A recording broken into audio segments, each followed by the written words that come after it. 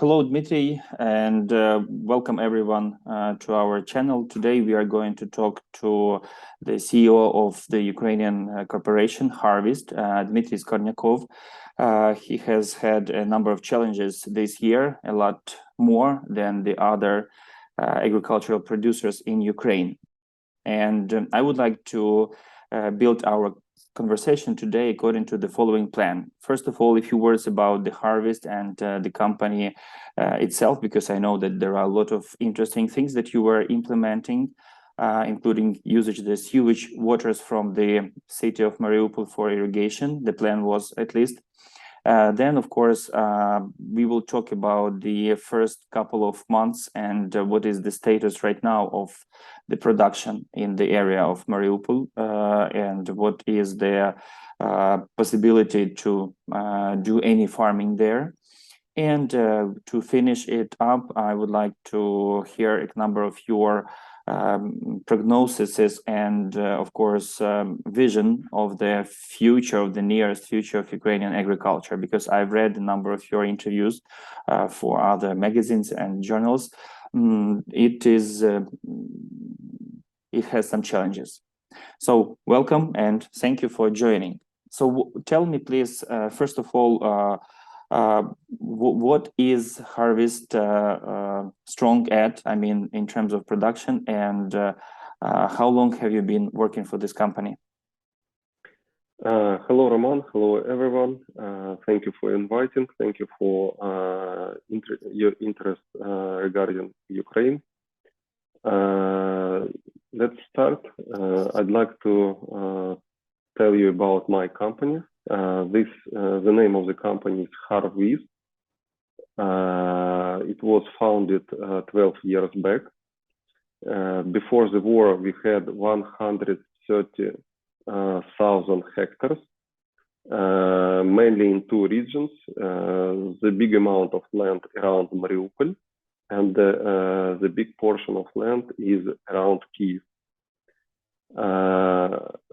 We have several more, but the main two clusters are in this region. Our main activity, we've got three different businesses.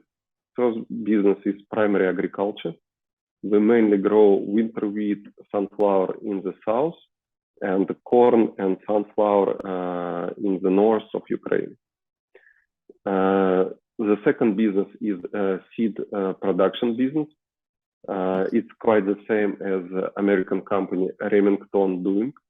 So we produce seeds for big companies like Syngenta, Monsanto, Pioneer, French companies, Lemagrain, Lidea, and so on. And the seeds are primarily corn, sunflower, or wheat? Corn, mainly corn and sunflower. Those are the biggest markets. Starting last year, Ukraine were allowed to export these seeds. So there is a big chance that seeds farmers in Europe buying are produced by us in Ukraine. And the third business, we've got quite a big orchard, walnut and almond orchard. And where are those located? They are located near Mariupol.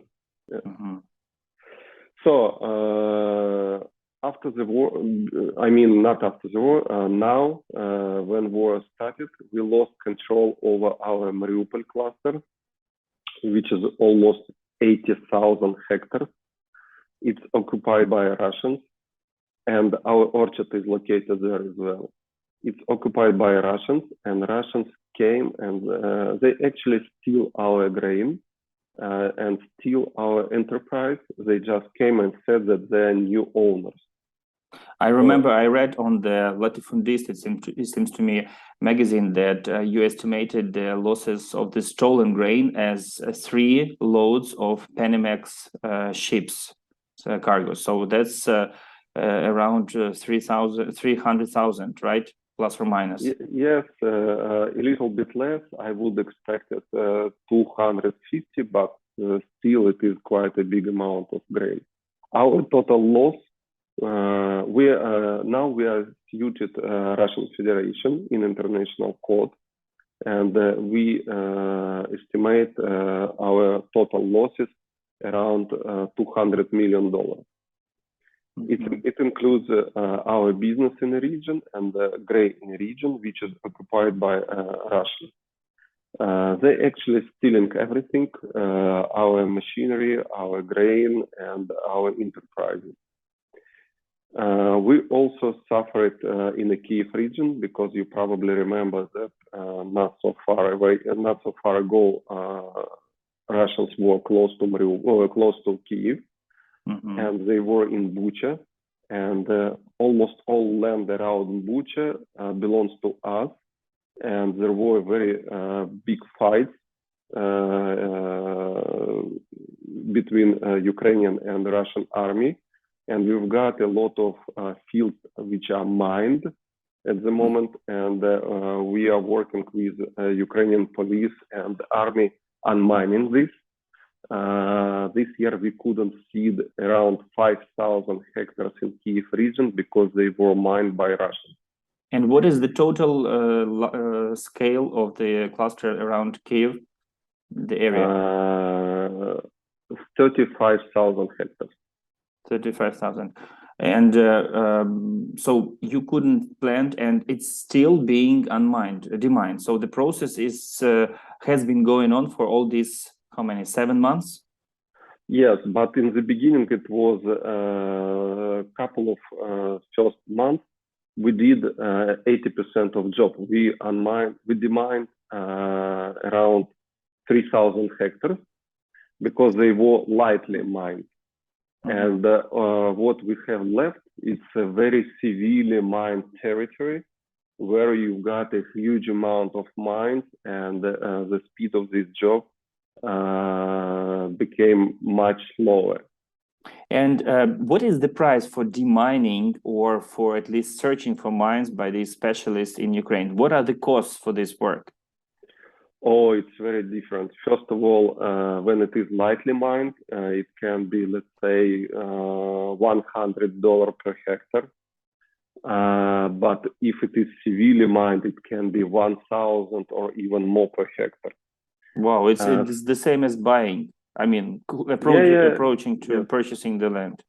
It's half of the price of buying, and but some jobs we have done, our police and the army done for free. It was sponsored by international foundations. Then we also have help from international foundations like Trust, which is demining some of our territory for free as well, because it is sponsored by international guys. So it is very mixed. Some land lightly mined, we pay. Some land severely mined, we pay, and some paid by international foundations. So very mixed.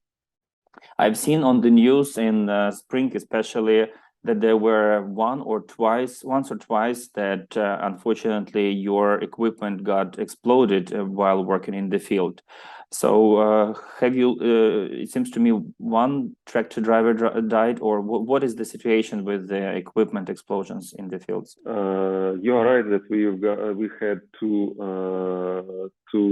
cases when our equipment exploded. Fortunately, no one died. Our truck driver survived. And he wasn't even severely injured. He had a lot of injuries, but none of them are very bad. Unfortunately, we had also one case when our deminers, police guys, they were severely injured when they demined in our field. And one of them lost their legs, unfortunately. So it's a very big problem. I know two cases when our neighbors also had an explosion on this field. So this is a very, very big problem. And Ukraine still have a lot of land which is not in operation because of mining. In the deoccupied or the part of Ukraine that was never occupied but still under the shellings, what is your estimation in hectares? How much do we need to work, including the Kharkiv Oblast, but I mean before September? Because right now I know it is hard to estimate. It's really difficult to say, but I'm thinking about let's say around 100,000 hectares.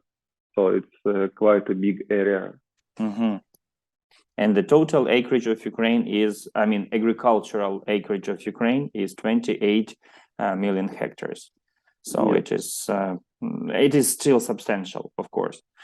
And what about the structure of the soil in these fields? So you're demining. Demining usually includes the explosions in the fields, and there are the potholes. In the era when everybody were trying to shift to minimum tillage and so on, these potholes, is it still, is the land still possible to plant and to till after that, to operate?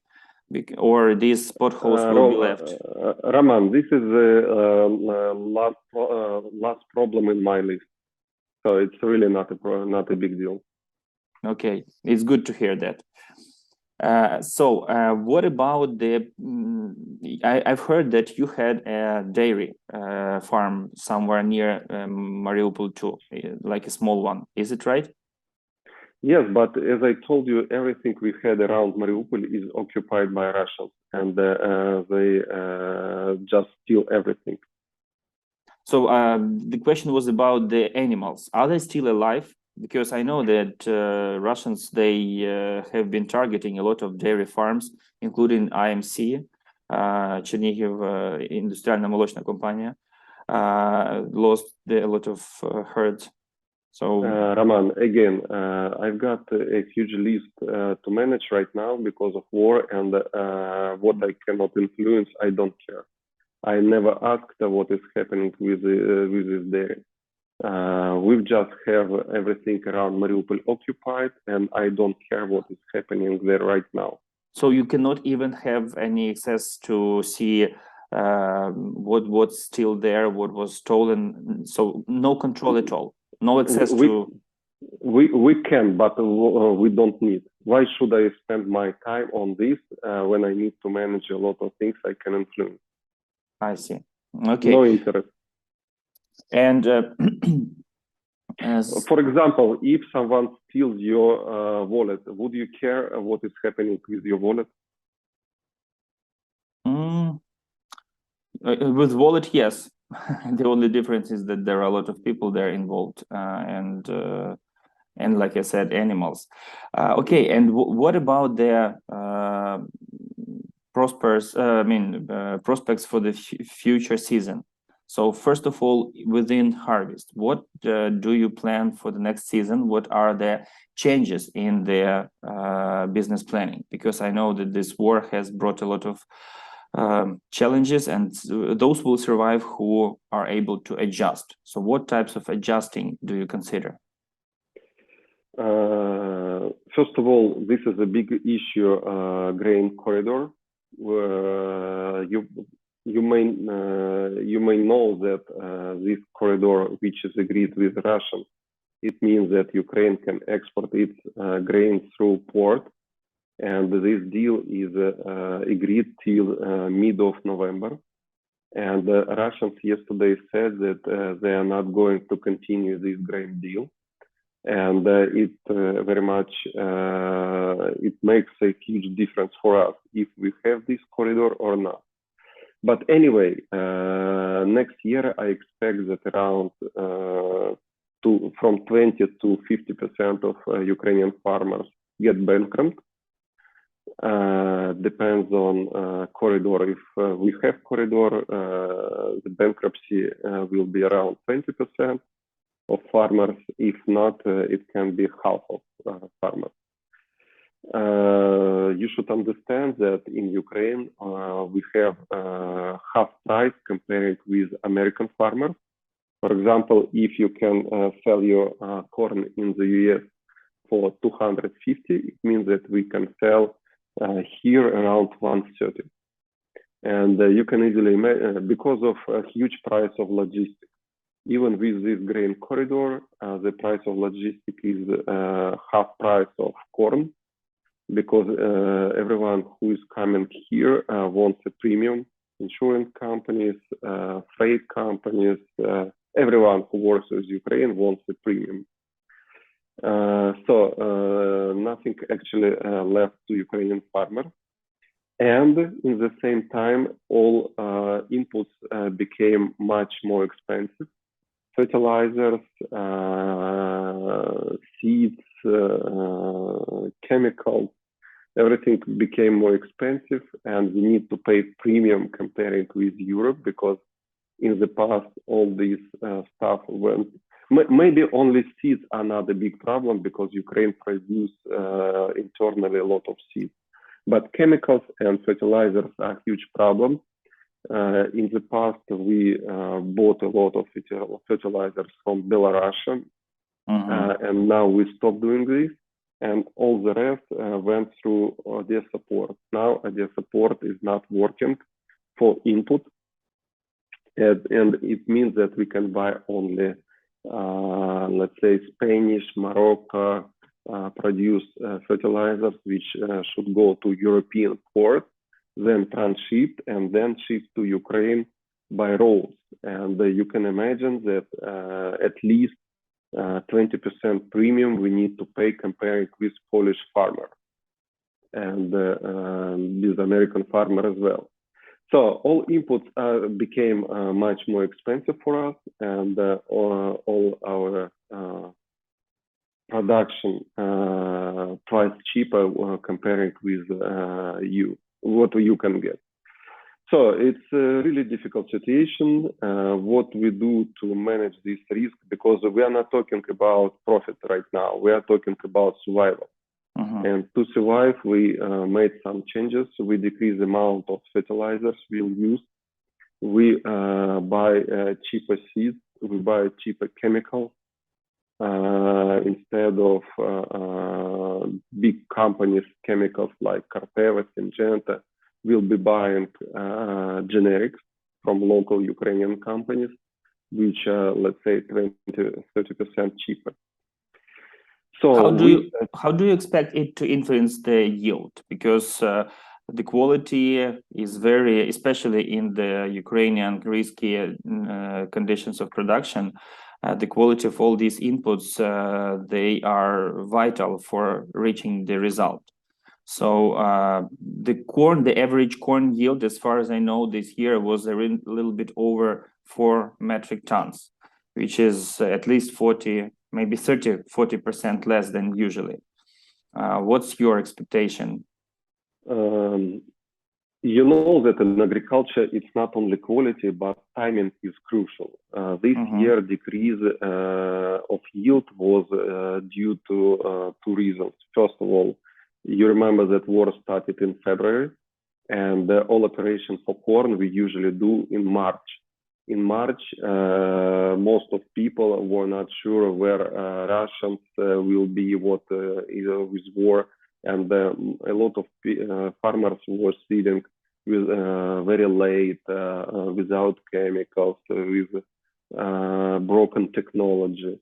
So timing was awful this year, and climate circumstances were also not good this year for us. So you are totally right that usually we've got around 7 tons per hectare in average in the country, and this year we'll have 4.5 tons, maybe 5 as a maximum. So it will be quite a big decrease. And next year I won't expect more, because you are totally right that the quality of inputs are very important. Amount of fertilizers are very important.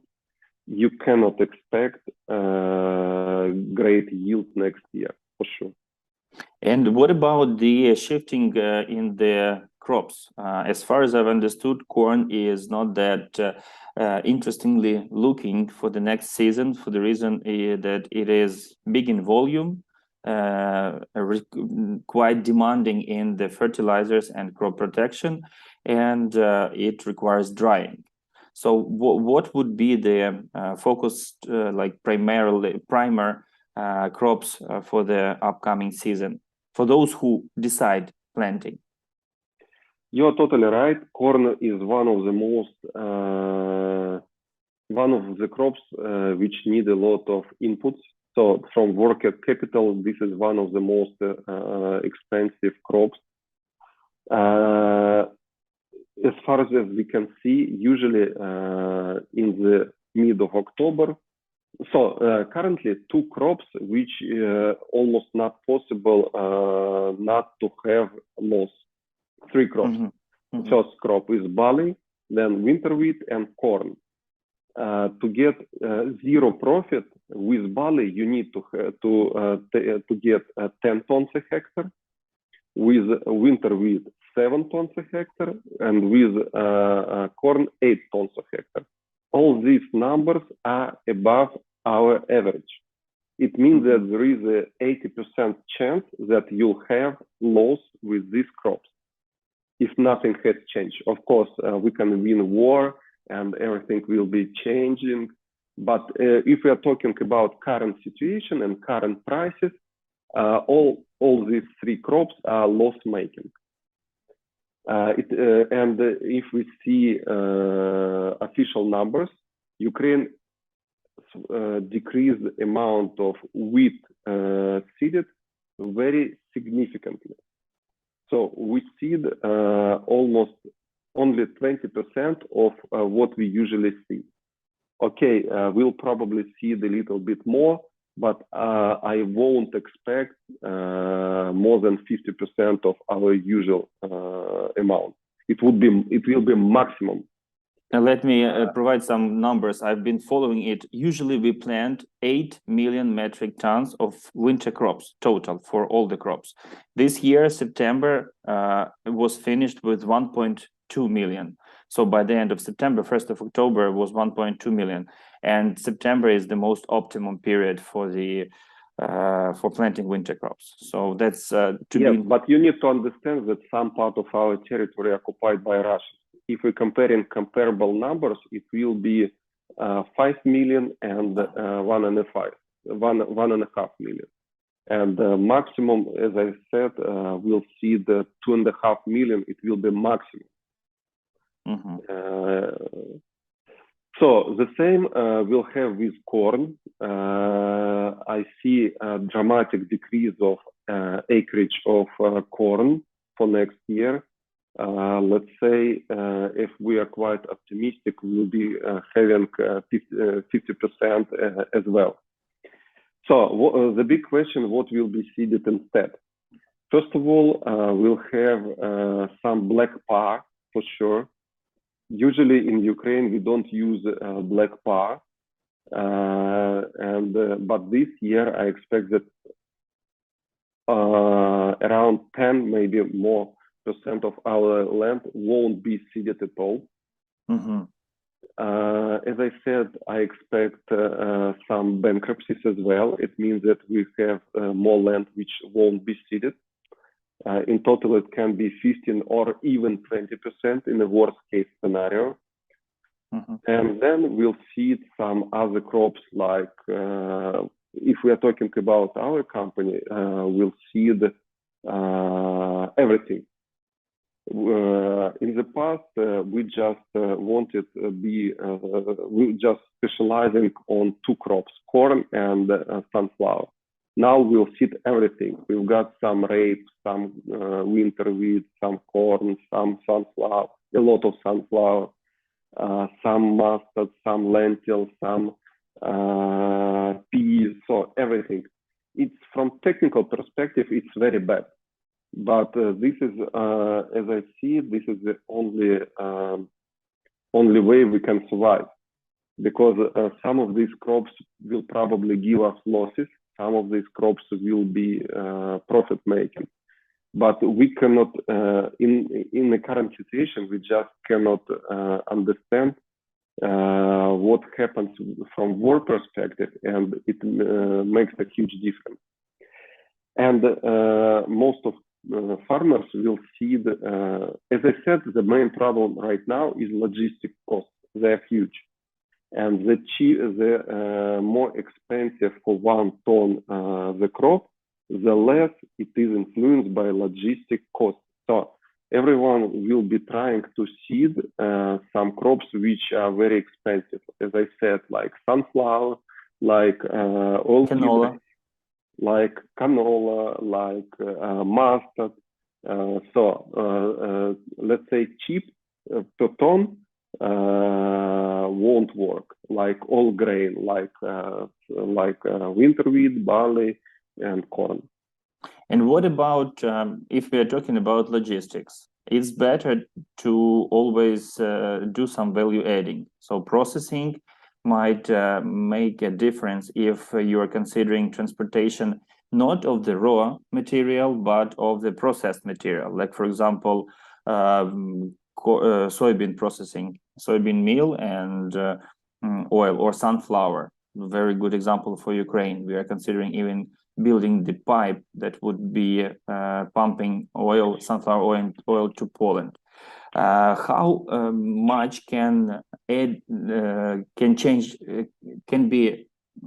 how much the value adding by processing can change the situation, and is it possible to do within one winter? So the question was about value adding. So it is always better to transport the processed product rather than raw material. What are your visions for the processing as one of the options of survival? You're totally right that at the moment everyone who has some production, let's say spirit production, let's say poultry production, everything which is used as grain and makes some final products. This is a very good story for them, actually, because they buy grain in the country for quite cheap, and they export it abroad. Yes, there are still a lot of problems for them with logistic perspective, but taking into account that they buy cheap grain in the country, they've got quite a good margin. But you need to take into account that Ukraine produced so many grain that our production was not big. Our main model was to transfer it to sell grain somewhere, and there was let's say some production in those countries like Turkey, Spain, Middle East, Italy, Israel. So not so many people, not so many farmers, not so many companies have a production processing. Processing, okay, yeah, you're right, processing in Ukraine. And it's definitely not an option. For example, our company never had processing, and to invest now in a country which is in a war, it's just a crazy idea. So for those who have this processing, it's a good story. For all others, like farmers, grain producers, it's not an option. And I've also seen the story of Barishevska Zernova. Now it is Agri Alliance, it seems to me. They purchased a terminal in Slovakia, and they had 80 cars, railroad cars. So they were taking the grain by themselves across the border to their terminal and selling it from there. It's involving Sweden, Slovakia, and of course Ukraine. So there was a report that it turned out to be successful. How do you see the railroad transportation, even with these private, so to say, corridors or owning the cars? Can it be a solution for those who are closer to the West? For those who are close to the West, it's very good options. I would definitely consider this.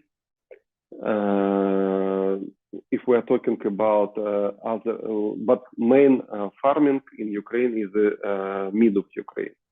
Because in the west, there are a lot of mountains, forests, and so on. So not so many farmers in the west. But for them, it's a very good option. For others, it's not an option at all. First of all, it's quite far and not so many locations you can do this. Because you probably don't know that in Ukraine and in Europe, railroad is different. It's different from wideness perspective. So you cannot go from Kyiv to Prague directly. It's not possible. So you need some transshipment, so on and so forth. It's quite a big investment. And who wants to invest if you don't know information about ports? So in the current situation, this seems to be very good investment, but if ports are open, it is very bad investment. So you need to take a decision in which you either earn huge amount of money or lose everything. It's more, seems to me, more casino type. Instead of this, you can go to casino and to choose black or red. It's the same at the moment. But casino will be much easier comparing with this. But for those who in the West, it's a good idea. I remember the words of Mykola Soysky. He said that having Russia always a neighbor, we need to develop these railroads. Hopefully it will be another option that is at reasonable pricing. Also, what about the role of the small farmers, like we call them individual farmers? I've heard some opinions that the future of at least horticulture and dairy production is in their hands for the upcoming years. So those who have up to 150 cows, those who have a couple of hectares of potatoes and orchards. Do you think they can they are our future for the next season, so to say, supplying these products? Again, we need to divide those farmers to two types. One who just did primary agriculture. For them, it will be even worse than for us because we are big holding. We've got good relationship, and I can discuss some payment postponements. For small guys, it will be hugely difficult, and I think a lot of them will be bankrupting. If we are talking about those who you are mentioned, like who has several cows or orchards or some other, some pigs, maybe chickens, those guys are okay. They will definitely survive. It is also a difficult story for them because internal market is shrinked dramatically because almost 20% of our population moved to Europe and other countries, and those who left in Ukraine became poor. So you cannot sell internally and make good money. So the only way to survive, not the only, but the best way to survive is exporting. And for those small guys, it's very, very difficult. But for them, the picture is much better than just for primary agriculture guys. Yes, yesterday I visited my friend, a small orchard farmer. He started his juice production a couple of years ago. So when the 3-liter pack of juice was worth 150 hryvnias before the war, last summer, right now it is 160, with all the inputs being more expensive: electricity, paper, plastic, and of course fuel for and inputs for the orchards. He just says, and in dollar terms, it's 2 times less than it was. Yes, yes, very right. Okay, thank you, Dmitry, for your time and for your expertise. Just for the last question, what would be your 3 recommendations for the mid-sized farmers in Ukraine? What to focus in order to not to get bankrupt? Actually, my biggest advice would be to change everything we had from Russia to local. For example, in the past, all dryers, not all, but most dryers used gas, which is from Russia. Now, I would recommend to make changes and to use hardwood and pellets. And our company did it. First of all, it is very good payback process, and we are as a country get more independent. So it's mutually beneficial. First of all, it's much cheaper than gas. The second of all, it's independence and self-sufficiency and no surprises. And you should wherever it is possible, you should make these kind of changes. Self-sufficiency is key to survive in Ukraine at the moment for all farmers. Okay, thank you very much, and good luck to you with the prices, with the possibility to sell and grow, and with a freedom-wise perspective for working in the areas that currently you cannot control. Slava Ukraini, and slava to the heroes of Ukraine, both in the agricultural fields and in the battlefields. Slava Ukraini, glory to Ukraine. Thank you very much. Bye. Bye-bye. Hello, my name is Roman. I'm from Ukraine. I'm appealing to you, agricultural producers throughout the world, to support your peers, the smallest family farms in Ukraine who have suffered from Russian aggression. You know how to tackle the difficulties that Mother Nature brings to your fields. However, the damages done by Russian military to the houses and production premises of your peers in Ukraine are much more devastating. Therefore, we have developed the program named World to Rebuild Rural Ukraine to help these smallest family farms rebuild their houses and production capacities.